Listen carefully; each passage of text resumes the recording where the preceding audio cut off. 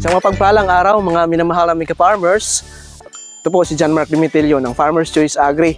Sumasa inyo upang magbahagi ng kalamang agrikultura ngayong makabagong era. Sa episode na ito, excited tayong ibahagi ang makabagong paraan ng pag-induce ng mga mangga gamit ang itong modernong inducer, ang Organic Nitrogen Plus. Makakatipid nga ba tayo? Tara, ating alamin. Dito lang sa Farmer's Choice Agri.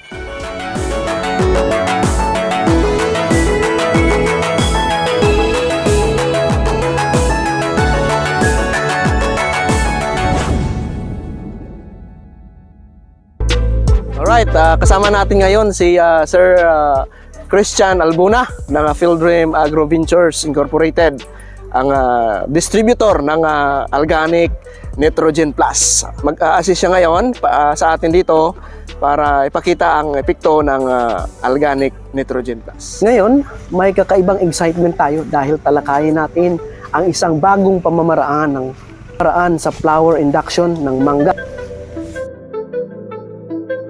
Ang Organic Nitrogen Plus hindi lamang bago, kundi nag-aalok din ng matipid na solusyon kumpara sa tradisyonal na pamamaraan na ating ginagamit. Ito ang game changer.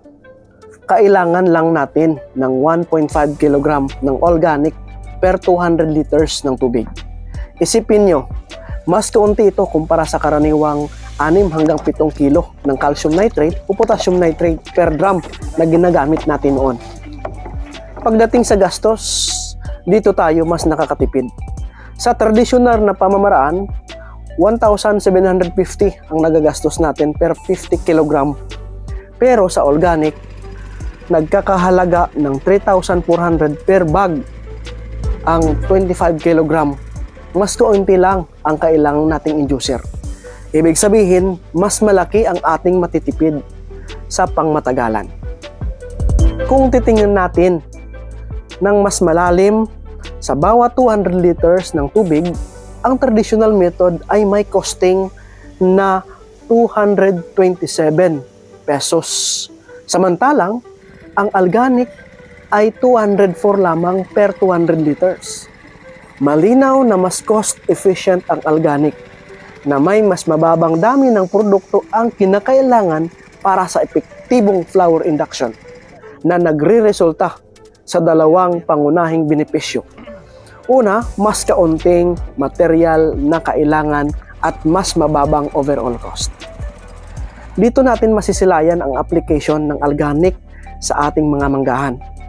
Ang simpleng prosesong ito ay hindi lamang nakakatulong sa atin sa aspetong pinansyal, kundi pati na rin sa sustainability at efficiency ng ating agrikultura.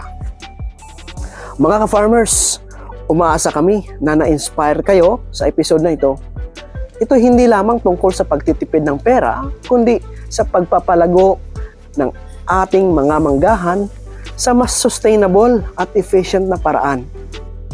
Hanggang sa susunod, patuloy tayong magsaliksik ng kaalamang agrikultura, lalo na ngayong makabagong era. Huwag kalimutang mag-share, mag-like, mag-subscribe sa ating YouTube channel at sa ating Facebook page, Farmer's Choice Agri, para sa mga susunod pang agri-tips, mga kaalamang agrikultura, mga tricks. So with that, maraming salamat. Sa muli, ito si John Mark Dimitilio ng Farmer's Choice Agri. Happy farming! Sumasaludo sa inyo, mga magsasakang Pilipino. Maraming salamat.